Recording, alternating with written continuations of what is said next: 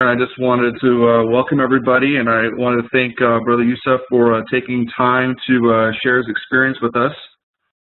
So far in the course, we've had a lot of focus or perspectives from the Christian tradition and addressing issues of environmental justice and connecting environmental education practices and faith. But it's all been primarily from the Christian tradition, and I think this is a really great opportunity to kind of expand like our ideas and like what and how we deal and approach environmental ed from other perspectives, because there's obviously more than one faith tradition operating in the United States. So I think Brother Yusuf brings a really great insight into this, and he's got a great talk ahead for us. So with that, I'll let you take it from here. You can go ahead and tell us more about yourself, and we can launch into the PowerPoint. Yes, this is Brother Yusuf. I'm glad that you all are here. I'm glad to be here. I'm the Executive Director of the Youth Adventure and Nature Network. I've been a Muslim nearly 35 years, converting from Christianity.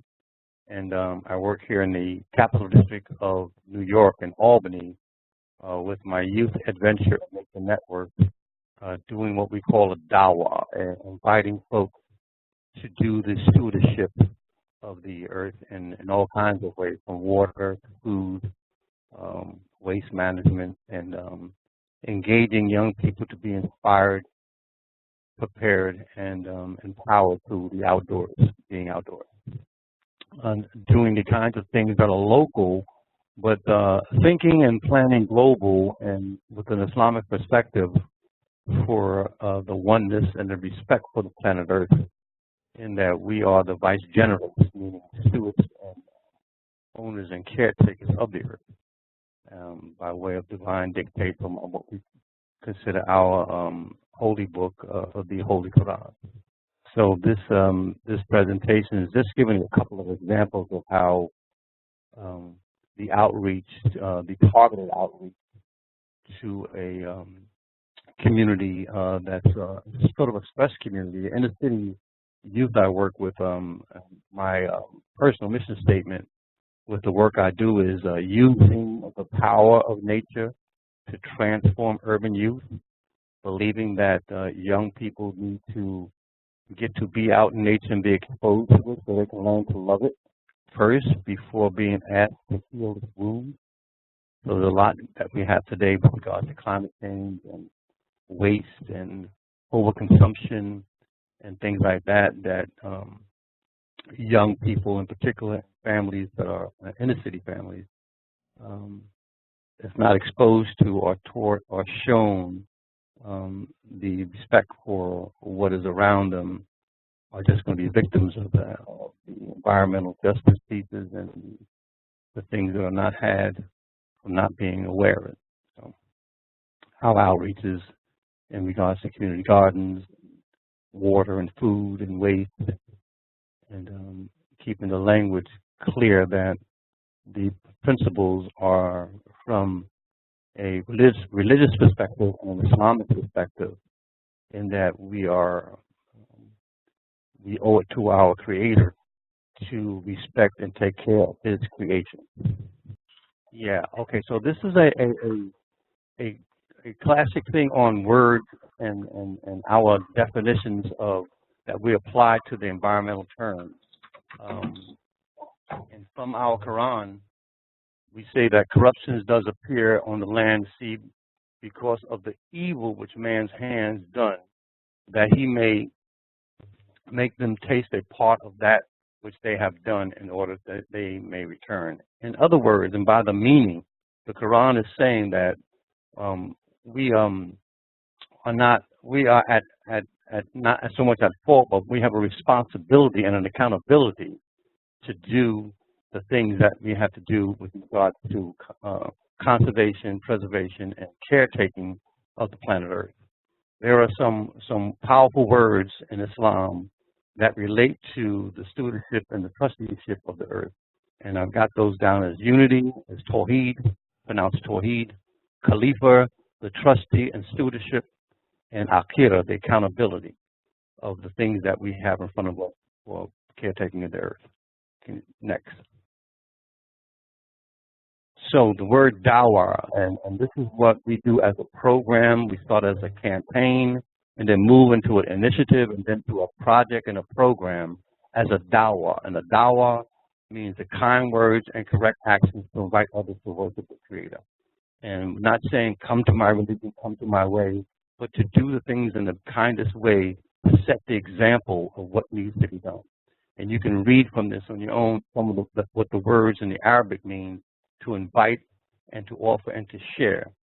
It's a very important part of the Muslim, of being a Muslim, and it can be somewhat difficult times, yet it is not impossible. The fact is that sharing Islam is a very simple concept. The difficulty, and this comes across in a lot of different ways, if you watch the news or you allow yourself to be infused with other people's mindsets of what Islam is, but it's difficult. It comes when it's trying to communicate the idea to others, especially when they have already predisposed to believe in something else and to believe that Islam is something bad. So as a dawah, the role in Islam, the role of the environment in Islam, in the midst of the current environmental challenges facing the world, realizing that the role of the environment in Islam is essential, and that the ummah, and we call the ummah is our community, our mosque, our local mosque, and then the ummah, that mosque connected to the other mosques throughout the United States, becomes a national ummah. So the community of believers contribute greatly to the care of Allah's creation. Allah means the name of God. Muslim Islamic environmental campaigns and movements are being initiated in the United States and throughout the world. My connection is through Muslim student associations and on college campuses and at local mosques. In my community here, there's about 5 local mosques, one big one called the Islamic Center of the Capital District, which other mosques branch off to. And when we talk about the green deen, deen only means, by way of interpretation and interpolation, is a way of life. So the green deen is the green way of life for the Muslim believer. Choosing to take the middle path, the path that's not extreme on one end of hurting the earth, and not going all the way to becoming the kind of scientist that has to be a scientist to preserve the earth.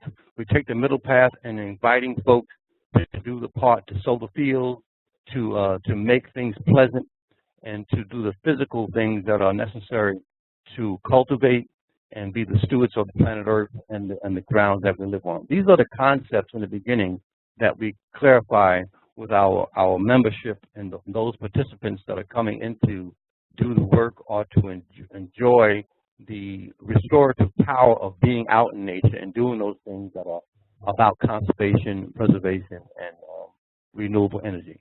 So Muslim environmentalists and Islamic Foundation, these are 4 examples of, and just 4 of the many that I researched in regards to environmentalists and organizations that are out there. One I'm very familiar with is the one that you read, the third one down, the DC Green Muslims, founded in 2007 by Muslims in Washington, D.C. This is after a long term of evolving into the program that they are now.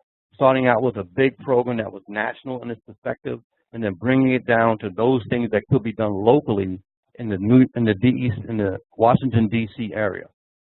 But these are just 4 of the areas.